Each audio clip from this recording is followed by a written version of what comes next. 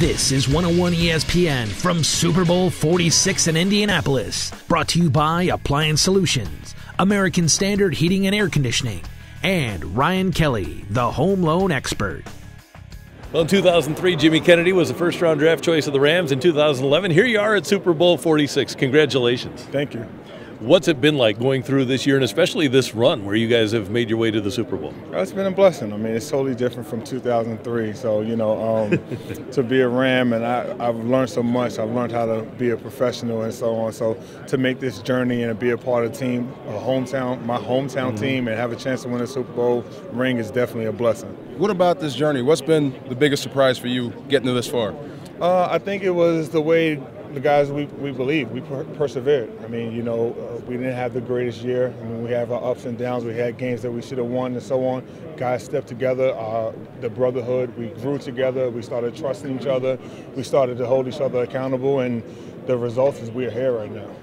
I mean, you guys, no one had the Giants in the Super Bowl, but yet here you are. For some reason, you guys have banded together and got hot at the right moment. I mean, can you put your finger on what changed this football team? It's just the attitude, I mean, I think it really hurt us a little bit not having off-season OTAs and everything else and so on. So you have a lot of new guys coming in, the younger guys, our draft picks, different schemes, different styles and so on, guys working to get in shape and everything else, trust, the confidence, the stuff that we built in the off-season and so on. I think once we got that and once we started clicking, we always knew we had the talent. So from day one, we said this is our goal, this is our mission. And even then, right now, we're not in a position to where we achieved our goal. We still need to finish. I got to imagine after 9 years, finally getting to the Super Bowl, it really sets in all the hard work you've put in, not only this past year, but your whole career and your whole life. Like I said, it's been a blessing. I mean, to be in this position, I mean, this is what you play for. I mean, you go out there and you say, hey, the guys that's here, they're hungry and they want another ring. The guys that had one from before, so they have a different passion. Whereas for me, it's like, I want my first one. And they said, once you get one, you're going to want more. So I'm happy at the opportunity to be in this position. We always talk amongst each other about guys like Tony Gonzalez, where he has 15 years in and never even won a playoff game. So you try to cherish every moment that you have right now, and just being here is a blessing. So, I take that with open arms, and I pray we leave out this play victorious. Hey, Jimmy, as a young player, that situation in St. Louis deteriorated around you. What sort of help did you get as your career moved on through that adversity that you had to deal with? You know what it is? I learned how to deal with myself and not necessarily try to make it about the team for the most part. I learned how to handle situations myself. I watched guys like DeMarco Farr, come in and talk to me and everything else. It was tough because being the first round draft pick in St. Louis, the expectations was high, and it bothers me because you have most defensive tackles there. None of us panned out, whether it's Carrica or whoever. I mean, none of us has panned out there in St. Louis.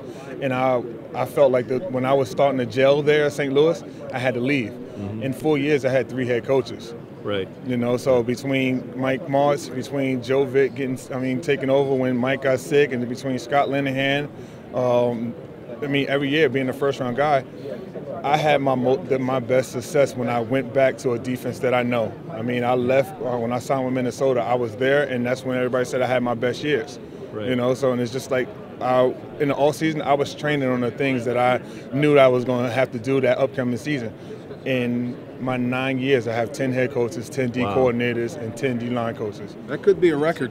Yeah, that could be a record. In 9 years. Yeah, that could be a record. If you go through it, I had Mike Martz, he got sick. Then I had Joe Vitt, then Scott Linehan, traded to the Broncos, didn't make that. Shanahan, then I went to Chicago, Lovie Smith, Jacksonville, Jack Del Rio. Went to Minnesota, Brad Childress, he got fired. Then I got Leslie Frazier. Now I'm with the Giants, Tom Coughlin. Man, I can't wait to see your office with all these team photos, man. It's like, man. You got something? How much of a difference does it make getting a chance to work with a really good coach versus somebody maybe early in your career that wasn't as skilled? Believe it or not, I actually think although I didn't like him because we bumped heads on the field and stuff, my best D-line coach that I've had in terms of technique and, in terms of preparing me for a game was Bill Kolar. I still hold on to some of the stuff right now that Kolar taught me as far as game. I don't think I have been ready and had a game plan to where I knew exactly what it was I was going to do you know, I haven't had anyone teach me that. And then I had Carl Dunbar in Minnesota teach me my technique and master that part. So I just think in terms of the coaches that I've had, it's been a blessing to have them. I just wish that I could have the consistency. NFL's is based off of how long you can do your routine and who can do it the best. Hey, Jimmy, you had no choice. It's either do it or he'll blow your eardrums out. Hey, talk about your quarterback a little bit. Talk about Eli Manning. You go from chasing him down, and has your opinion changed of him going for him and now playing with him? You know what it was? I didn't realize how much of a load he had. You know, I thought it was just based off of you know, offensive coordinators calling things in for the most. He really does a great job of audible and everything else and so on. More like Peyton for the most part. He really carries the offense, changing out of things and so on. He's very intelligent and stuff like that. As far as his arms and as far as his skill level, you know, you always respected him when it came to that, but to be in a locker room and watch the guy put in the work, and it's definitely, you know, it's different, and he is one of the elite. Jimmy, you mentioned that you're playing for your hometown. Were the Giants your boyhood team? And if so, what's that mean to you? You know what? It wasn't my boyhood team, but because I was actually a Broncos fan. Okay. You know, I love Steve Atwater. I used to love it when he used to come take people out. So A St. Louis guy, ironically. yeah, so I used to love Atwater. I used to be like, man, but I was a huge Broncos fan growing up. My grandfather was a Redskin fan, and my dad was a Giants fan. So, you know, I remember sitting there as a kid watching the Giants win the Super Bowl and stuff with my pop. So, you know, I always watched them, and it goes just like the Subway Series. If I had to root for the Giants or the Jets, I was going with the Giants. Right. If I had to root for, you know, the Yankees or the Mets, I was going with the Yanks.